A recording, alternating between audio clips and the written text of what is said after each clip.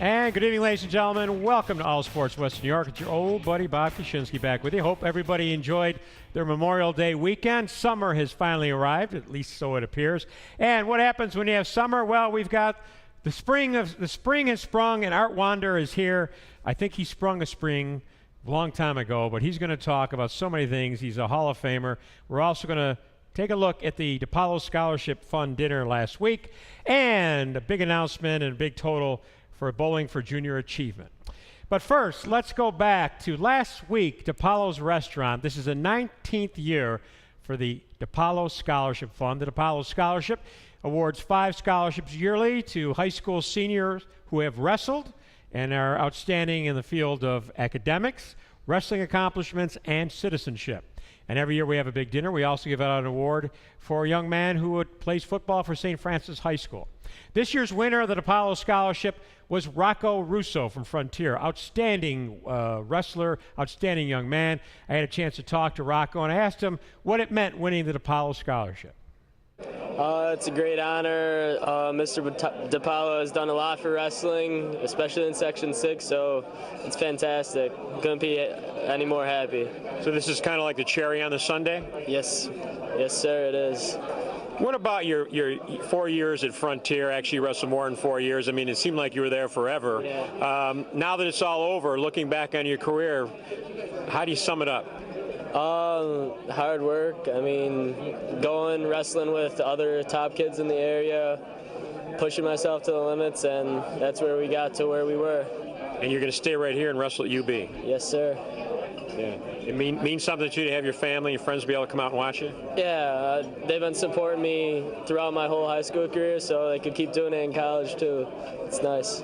Bud, 19 years, hard to believe, but I guess if you look at the gray hair on her head, it's not that hard to believe. But what's the feeling that goes through you when you come out here each year and see these 5 winners?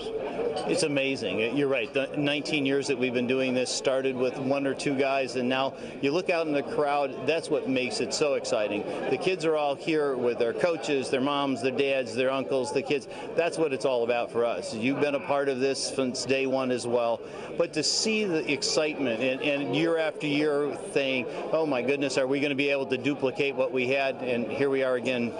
Same quality. Bud, when we get the applications and the resumes and their transcripts, the one thing that strikes me is these kids are so outstanding. You got to feel good about our future if young men like this are going out into the world.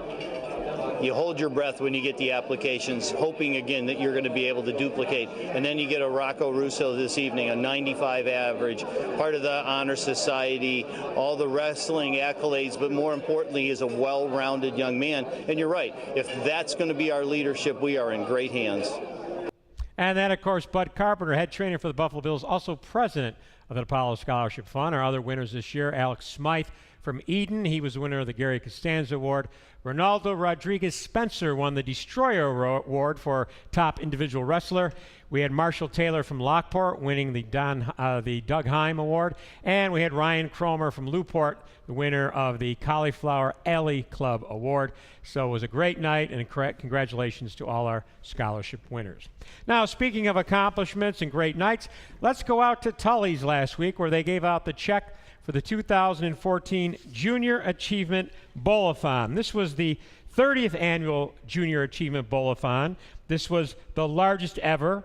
They made history this year because when they unveiled the check, all of the teams together, $171,698 raised by so many corporate teams. WBBZ-TV had a team out there as well. And we were so glad to be a part of this and raise money for such a great cause. So congratulations to all of those from Junior Achievement and all those who took part in the 30th annual Bowl-a-thon.